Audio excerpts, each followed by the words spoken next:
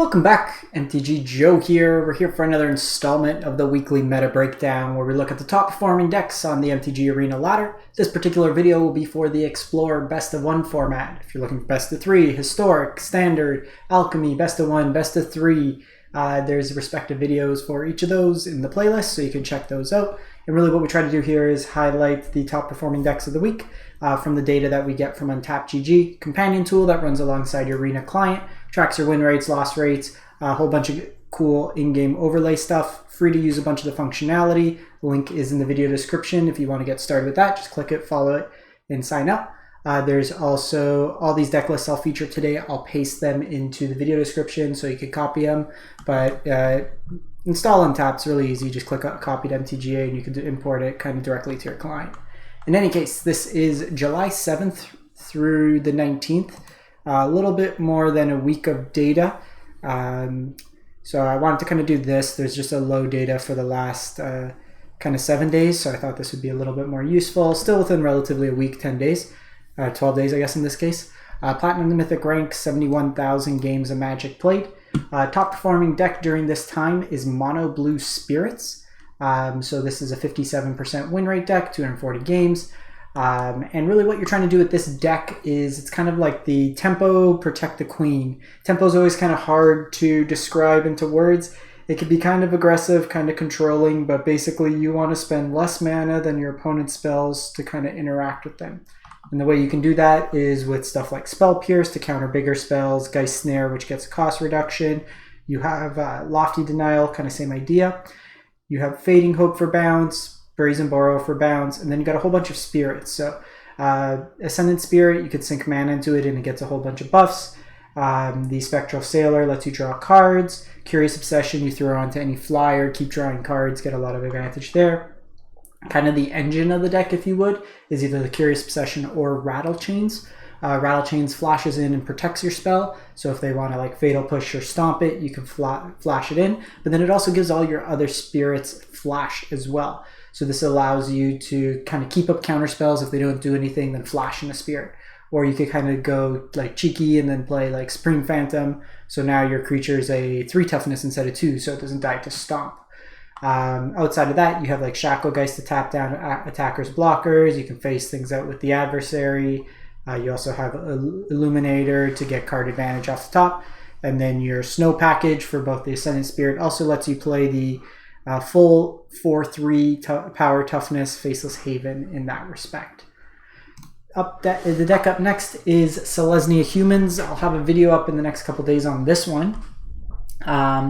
So this deck's been doing pretty well. I've had an okay run with it. I think ultimately, at least for best of 1, I think Abzan would be better with General Kudro. There's a lot of graveyard focused decks, so it could come in handy. And a card that I would probably be playing more copies of is the Extraction Specialist. Just being able to kind of rebuy. A lot of the best of 1 meta, at least, is fairly creature focused. So I think even just cutting down some copies of Thalia might be relevant. To go up more of the specialist to revive your stuff. And being humans, you get the ability to play Thalia's Lieutenant, which buffs up your team and then gets bigger on its own. You have utility creatures in like Dauntless Bodyguard to protect your stuff, Giant Killer, Thraben Inspector for card advantage, Luminarch to buff up your things as well. There's Adeline, Brutal Cathar's removal. There's like this Abzan Falconer, I think it's called. It's a human bird thingy-mabob, and any creature with a 1/1 counter gets flying. That's something I've seen in some lists as well. We've also seen some of these lists play with the green mana to play Werewolf Pack Leader, which happens to be human. The one thing I kind of noticed with this, a lot of the ability of Dauntless Bodyguard comes from the protection effect, but you're generally also wanting to play it on turn 1 in certain hands. It is a decent attacker. But it's not like a Selfless Savior that doesn't matter when it comes into play. It can always have the protection up. So something just to kind of keep in mind. It's not bad to like get it back with like the Extraction Specialist. Another thing I wanted to try out and just kind of play around with some of these numbers is Charming Prince. Being able to blink your Extraction Specialist to kind of rebuy those effects also seems kind of cool in that regard. Then we have Racto Sacrifice. So there's a couple versions going around. I played on my channel the Priest of the Forgotten Gods version. A lot of these sacrifice lists have moved away from the Anvil package and are more Claim the Firstborn sack piles.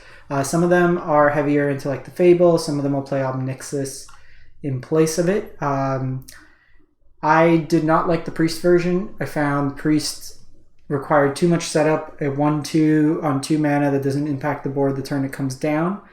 That dies to like Fatal Push, Stomp, just really common removal in the format right now. It wasn't great. Nixilis also attacks control very well. This version seems pretty tight as well. Just it's also fairly, like, if you have the mana base, like uncommon, uncommon, uncommon, uncommon, uncommon. Yeah, the entire outside of Fable, which is just like every deck plays Fable in red pretty much, so it's a pretty safe craft. It's a very cheap deck to build, minus the lands. But you have like kind of the sacrifice theme here, Cat Ovid, Mayhem Devil, bunch of ways to kind of get card advantage built in. Then we have Mono Red Aggro. There's a couple different versions. This one's got the highest win rate this week. With the prevalence of Angels, I do like Ferocidon being a card in these decks as well. I'm not a fan of Annex necessarily, but it does play nice with Embercleave, but that's kind of the instance. In heavy removal formats, most of the removal is exile based out of, say, blue-white control, where this is usually the at best, but if you're looking for an aggressively slanted red deck, this is definitely one to check out. Topping out with Torbrand and Cleave to just smack your opponent's face. Then we have Celestia Angels, so there's a couple different versions. This is the version that I got top 16 Mythic with at the beginning of the month. I think this is the best version. They're all within like a 0.5% of each other. I don't think Speaker of the Heavens is good for a number of reasons. You can't really attack into the format itself is very creature heavy. It's 1 power that doesn't attack well into your board. It requires 27 life, so if you're not attacking, you're not blocking with it. It's only good when you're already ahead on board. It doesn't really trigger like the Resplendent. It doesn't trigger Bishop of the Wings. It only gains you 1 life off Righteous. I think there's just better utility for it. Really, this focus of the deck is to maximize Resplendent Angel, which is kind of the big payoff. While Righteous Valkyrie can buff your team, the Resplendent Angel can build a board state of just a lot of angels that they can't overcome and just gain you larger chunks of life in a way. So ideally what you want to do is maximize the ways to gain 5 life in a turn. So you'll see Luminarch Veteran as well as Prosperous Innkeeper. This also helps you to be able to turn 3 Collected Company to build up a bigger board. If you can get like 2-3 drops out, it's better oftentimes. But really, Bishop of the Wings is going to gain you 4. Righteous Valkyrie can gain you 4 potentially, depending on what you play. But really, like 1, 2, 3 is the ideal curve for this deck. Trellisara is another way to just kind of take advantage of the incidental life gain, make a really big attacker, but also scry. So in the mirror, what you want to do is scry for your Johnny Strength of the Pride to 1-shot board wipe your opponent. The Overseer is probably the least valuable card in a way. It's just another angel 3-drop. It replaces itself. It triggers a 1 life gain for Trellisara. Some have suggested Realmwalker as another option. It's kind of that consideration. Realmwalker blocks better, but it doesn't provide immediate card advantage. Depending on when you play it out, your opponent might have a full turn cycle to kill it, where Inspiring Overseer always replaces itself with the card draw. Flying is also relevant in like the sack mirrors and stuff like that. And then Skyclave Apparition is a very good creature to just kind of deal with if your opponent has Ferocidon or like Grease Fangs or stuff like that, just dealing with your opponent's board. If you want to see a video on this, I'll link it in the description. Played a lot of this. I had like an 80-something% win rate with it. And then we have Is It Creativity? This is a deck I've been meaning to get to, so don't have strong feelings one way or another on it, but it is something.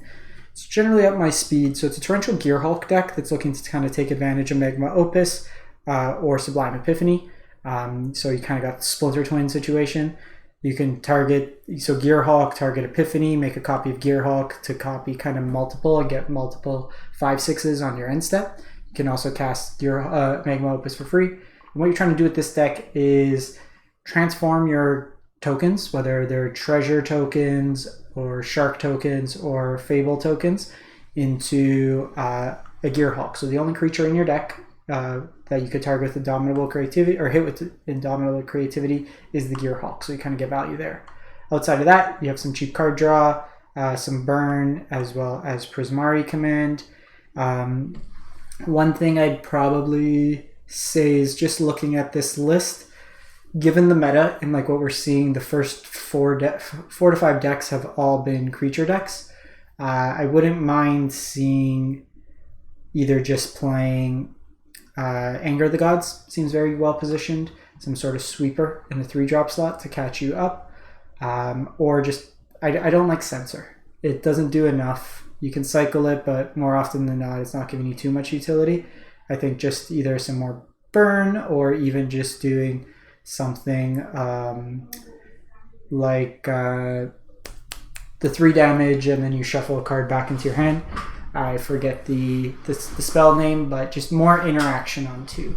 I don't think you could wait in this format to like turn 3 and not really do much, with Voltage Surge being your only cheap interaction. So that'd be kind of my eyeball test, just given the way the format is right now. You can't play Brazen Borrower, but you could play like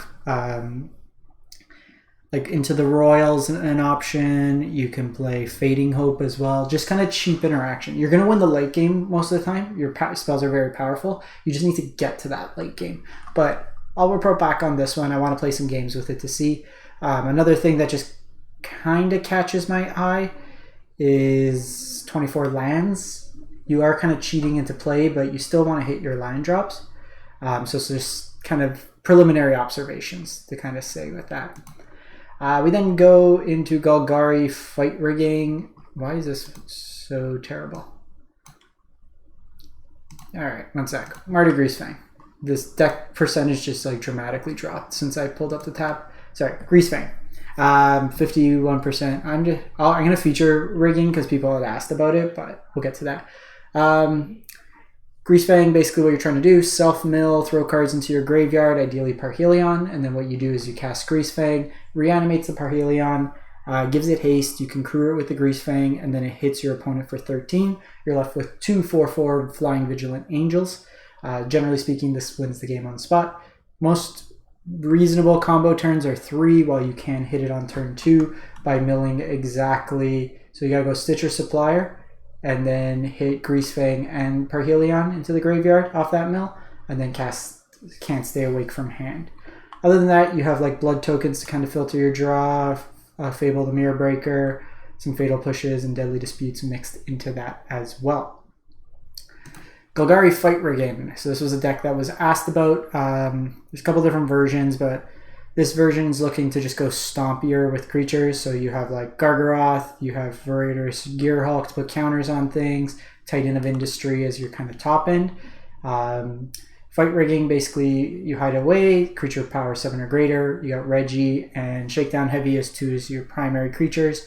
You could do this combo as early as turn 3. While it doesn't win you the game necessarily on the spot, decks like Mono Red or some of these creature decks might just have a hard time attacking into something like a Gargaroth or Titan of Industry to kind of boot, but sub 50% win rate. But I know people were asking in the last comment about it, so I'll kind of feature it there. So 2 decks I just want to kind of feature. There wasn't enough stats for actual win rates, but these are decks that have beat me and I think are reasonable selections into the format. Zoria's Control, this is just a lot of annoying cards to play against, so just pick your removal spell of choice. You got Marches, you got Portable Holes, you got Fateful Absence, you have Settles, Shatter, Wandering Emperor, Farewell, that just always kind of hurts as well. Your main win conditions, you got the Dream Trawler, Shark Typhoon, Teferi Alt, or Wandering Emperor, bunch of card advantage, and counterspell options. In best of 3, so I think I would rather play a second Absorb over the Sinister Sabotage, where I can see the value of Saw coming. Notably, you can tuck this away early game, and then it is something you can cast off and untap from Teferi. That's the reason you typically see that, and Behold the Multiverse as well. So that's kind of blue-white control. And then another deck, I haven't run into it, but it was a powerhouse in Standard. I'd be curious to see how it plays out in this format. It is the Sultai Ultimatum, Emergent Ultimatum combo-ish deck. So it's a combo control deck. It's a big mana deck, so lots of removal early, which should play well into the format. So you have pushes, you have Heartless Axe, you have Divide by Zero to tempo your opponent, Binding of the Old Gods, you have access to 5 sweepers, and then like Poly K, Gargaroth are good. You have kind of the combo kill. So with Ultimatum, you typically select Alrund's Epiphany, Vorinclex, Professor Onyx. You're either left with, so if they give you these two, you basically ultimate Professor Onyx in one shot from the turn it comes out, because it comes with 10 loyalty thanks to Vorinclex. If not, you get an extra turn with 2 1/1s and either a Planeswalker or a Vorinclex onto the board. You also have like Titan of Industry, Seagate Restoration, so there's a lot of options to kind of pull with that. So you also have Valky that you can ultimate right away, in addition to the Vorinclex. So you can go Valky, Professor Onyx, and Vorinclex. Either you get 2 walkers or Vorinclex and a Planeswalker ultimate right away.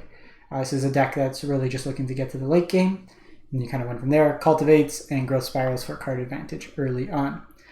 So that's it for the week. Let me know what you've been playing. We will catch you next time. If you can, hit the bell button, subscribe, like, comment. All are free and easy ways to help out the channel. Greatly appreciated if you can. We'll be back with more content throughout the week. And if you have any questions about formats, stuff like that, let me know. Thanks for watching. Have a great one.